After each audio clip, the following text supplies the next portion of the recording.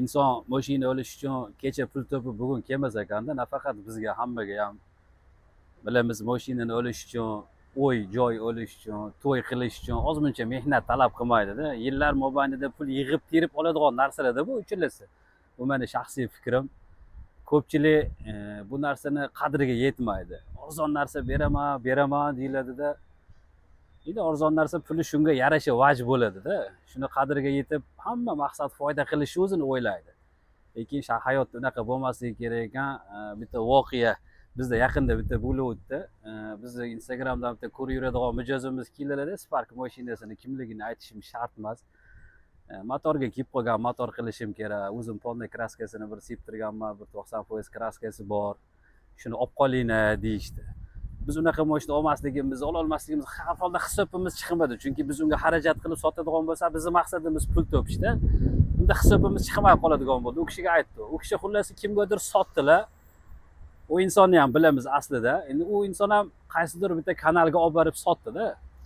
Endi kanaldan maqsad, ularning ham maqsadi foyda qilish. Endi u kanalda shunaqangi reklama qilyapti-da, bu mashinani motoriga garantiya beramiz, kraskasi 20-30% atrofida deb shunaqangi maqtayapti. Haligi mashinani menga egasi ko'rsatdi. Bir yarim soat, 1 soat oldin shu insonga mashinaning holatini aytib sotgandim.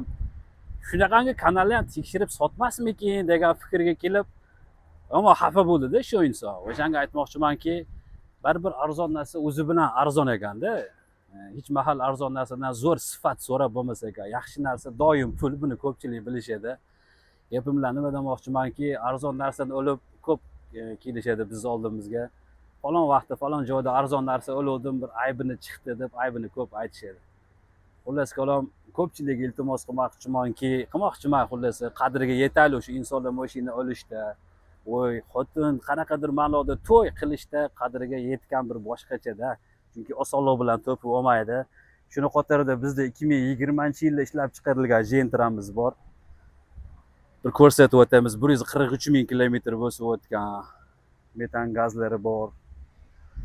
O'rta holatda mashina haqiqatan puliga generalniy оформление chiqaveradigan, xudo xolasa. Ortiqcha maqtash haqiqatan doim aytaman bizga emas. Chunki hamma vaj puliga yarasha bo'ladi.